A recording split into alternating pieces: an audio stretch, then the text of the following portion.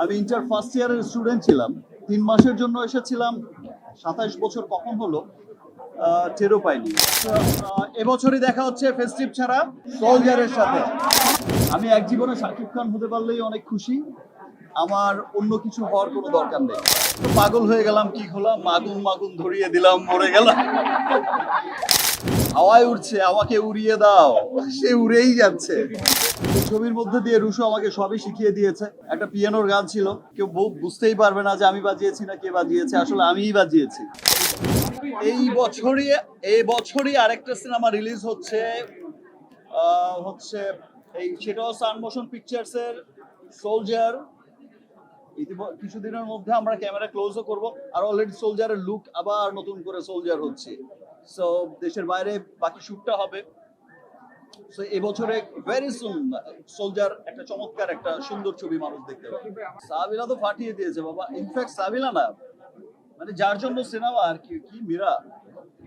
তো পাগল হয়ে গেলাম, কি হলাম, মাগুন মাগুন ধরিয়ে দিলাম, মরে গেলাম। অ্যান্ড আর অনেস্টলি আমার এই সিনেমায় যারাই ছিল প্রত্যেকটা হিরোইন, যেমন মিথিলাকেও বলছিলাম, এত গ্ল্যামারাসলি প্রেজেন্ট করা হয়েছে, এত চমৎকার গ্ল্যামার দেখানো হয়েছে মিথিলার। ইনফ্যাক্ট সুনিধির এত চমৎকার গ্ল্যামার। আমি হলে বসেই বলছিলাম যে সুনিধির পার্টটা এত ছোট কেন ভাই, আর একটু বড় করলে তো পারতে। আমরা অ্যাজ এ অডিয়েন্স আমার মনে হচ্ছে আরো বড় করা দরকার ছিল। সো 27 বছরের জার্নি তো আসলে খুব চমৎকার ছিল।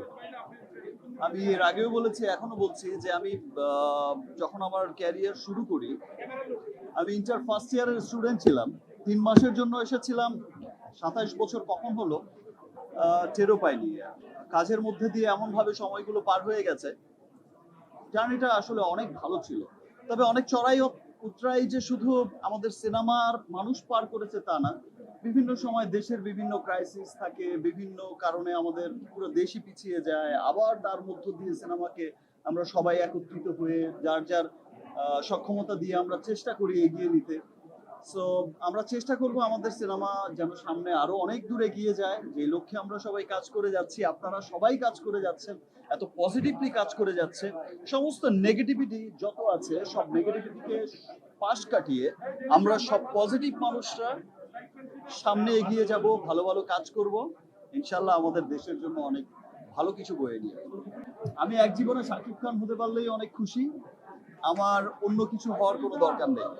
রুশো রুশো রুশোর কথা তো আমি আর কি বলবো, অডিয়েন্সই সবাই বলছে যে এত স্মার্ট প্রেজেন্টেশন। আর রুশো অলরেডি ওই টিজার যখন রিলিজ হয়েছে তখন থেকে উঠছে, হাওয়ায় উড়ছে, আমাকে উড়িয়ে দাও, সে উড়েই যাচ্ছে। রুশো থ্যাঙ্কস, যে ও খুব স্মার্ট একটা ছবি, একটা সুন্দর চমৎকার একটা ছবি বানিয়েছে। যে চমৎকার স্মার্ট প্রেজেন্টেশন আসলে এর আগে আমি কখনো দেখিনি। এবং আমি বিশ্বাস করি যে রুশো আগামীতে অনেক ভালো, যদি সিরিয়াসলি হচ্ছে ফিল্মটা মেকিং করে, ও অনেক বড় একজন ফিল্ম মেকার হবে, যেটা খুব প্রাউড করার মতো হবে। এই ছবির মধ্যে দিয়ে রুশো আমাকে সবই শিখিয়ে দিয়েছে।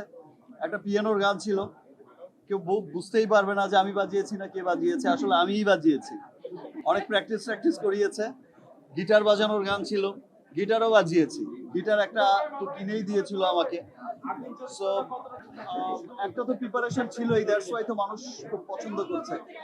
আর আরেকটা আরেকটা ইন্টারেস্টিং বিষয় হচ্ছে যে আগামীকাল মানে মুক্তির এত পরপরই একটা সিনেমা, আমরা এটা আগে থেকেই দাদাদের প্রিপারেশন ছিল যে আমরা পারলে তো আমরা একসাথেই ইন্টারন্যাশনালি গ্লোবালি সিনেমা রিলিজ করতে চাই।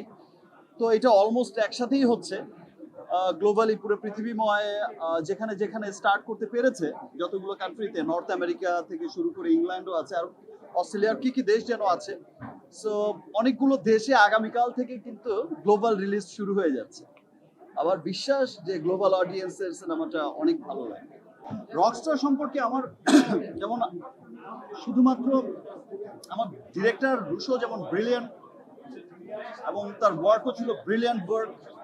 অ্যাট দ্য সেম টাইম এই সিনেমায় যারা কলাকুশলী ছিলেন, যারা শিল্পী ছিলেন, যেমন এই সিনেমায় ডিওপি ছিলেন মামুন, চমৎকার ফটোগ্রাফি করেছেন। এই সিনেমায় হচ্ছে যে তারেক বাবলু যে ছিল আর্ট ডিরেক্টর, চমৎকার করেছে। আমার যে কস্টিউম সাফিয়া সাথী করেছে।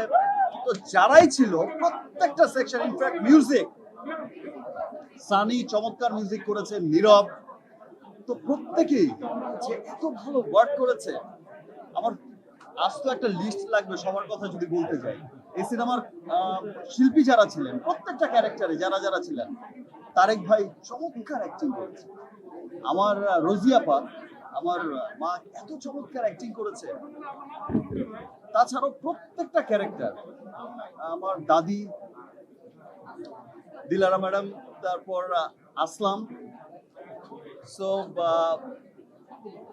প্রত্যেকটা মানুষ অসম্ভব ভালো করেছে। সবাই ভালো করেছে বিধায় কিন্তু সিনেমা ভালো হয়েছে।